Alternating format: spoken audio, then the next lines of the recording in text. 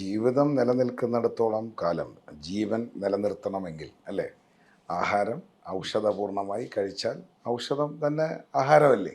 അപ്പോൾ നമ്മുടെ മനുഷ്യൻ്റെ ഒരു തോട്ട് പ്രോസസ്സ് എന്ന് പറയുന്നത് അവൻ immortal ആണെന്നുള്ളതാണ്.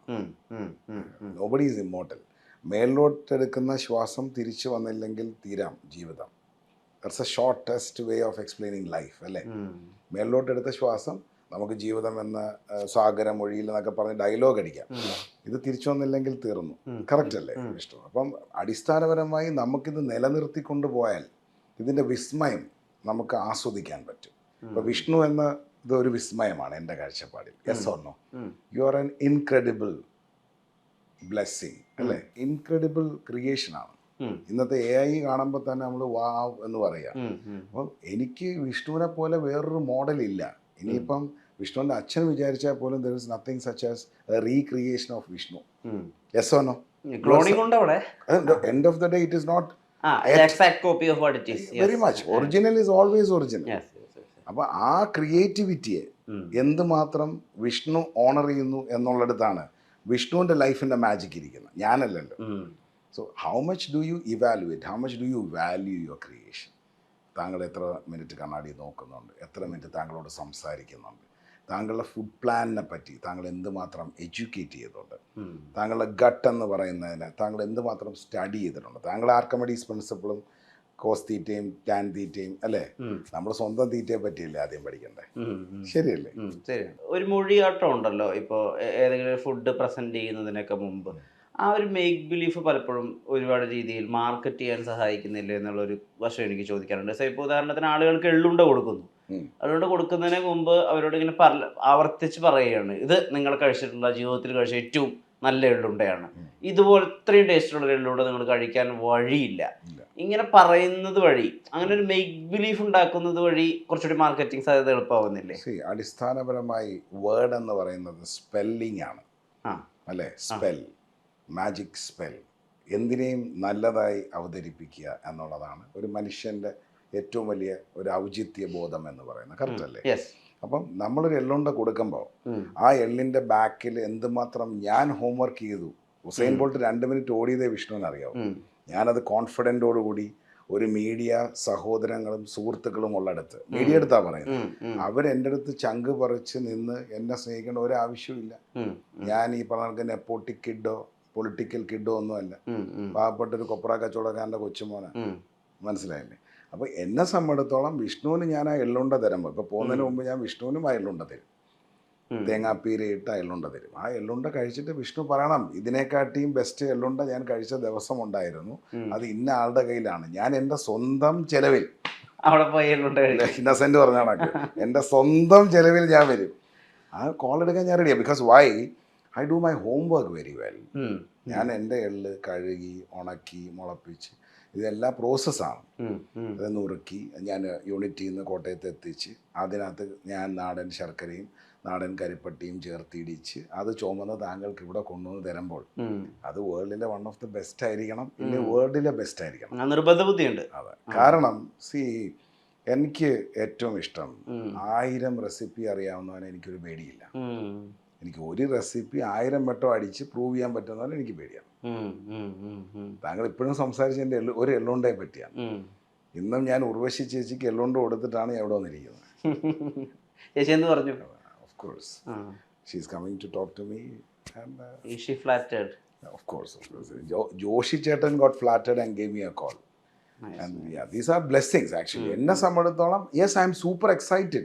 Why can't I be? അല്ലേ? ഇവൻ തോടെ എള്ളുണ്ട കൊടുത്തിട്ട് കാണിക്കുന്നതെന്ന് നോക്കുമോ? നീ കൊടുത്ത് കാണിക്കടേ. വിനയം എവിടെ നിന്ന് വരുന്നു എന്നുള്ള കാര്യം കൂടി അറിഞ്ഞാൽ കൊള്ളാവുന്നുണ്ട്. ഇപ്പോൾ പറഞ്ഞപ്പോഴും ഞാനൊരു കൊപ്ര കച്ചവടക്കാരൻ്റെ കൊച്ചുമകനാണെന്നാണല്ലോ പറഞ്ഞത്. പക്ഷെ ഒരു എയർപോർട്ടിന്റെ മുഴുവൻ ഗവേണൻസ് നോക്കിയിരുന്ന ഒരു അച്ഛൻ്റെ മകനാണെന്ന് ബോധവും പറയുന്നില്ലല്ലോ. അപ്പൊ അവിടെ ഈ വിനയം എത്രമാത്രം കലർപ്പില്ലാത്തതാണ്? ജെനറ്റിക്സ് അല്ലേ ബേസിക്കലി. നമ്മൾ മണി മേക്സ് യു റിച്ച് എന്നാ Vishnu, blood makes you royal. Show the quality of your blood, not your money. That's what I believe. എന്നെ സംബന്ധിച്ചിടത്തോളം എൻ്റെ രക്തത്തിൻ്റെ ക്വാളിറ്റി മെയിൻറ്റെയിൻ ചെയ്യണം. പട്ടിയെ വാങ്ങിക്കുമ്പോഴും വിഷ്ണു നമ്മൾ ബ്ലഡ് നോക്കിയല്ലേ വാങ്ങിക്കുന്നത് അല്ലേ, ബ്ലഡ് ലൈൻ. ബ്രിട്ടണിൽ നിന്ന് വന്ന ബ്ലഡ്.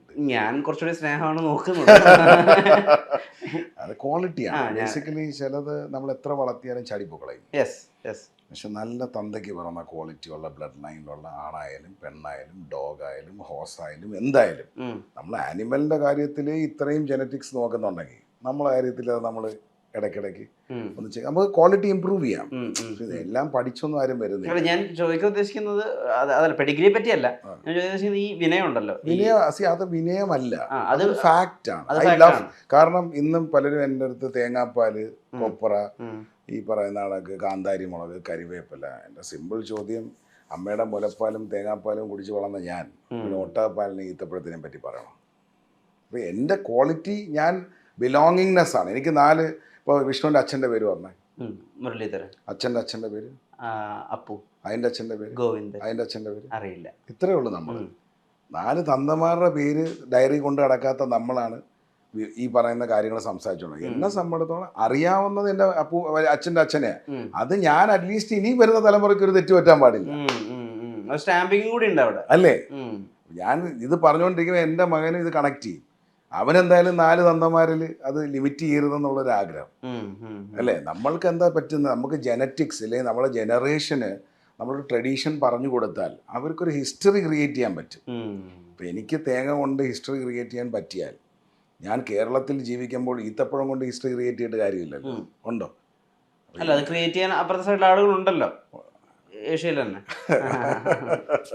ഞാൻ മറ്റൊരു വശത്തേക്ക് ചോദിച്ചോട്ടെ. ഇപ്പം ഈ തേങ്ങ അല്ലെങ്കിൽ വെളിച്ചെണ്ണ, ഇപ്പം ഹെൽത്ത് സൈഡ് വെച്ച് നോക്കുമ്പോൾ, സയൻറ്റിഫിക്കലി നോക്കുകയാണെങ്കിൽ പല കാര്യങ്ങളിൽ വെളിച്ചെണ്ണയേക്കാൾ മുകളിലാണ് ഒലീവ് ഓയിൽ.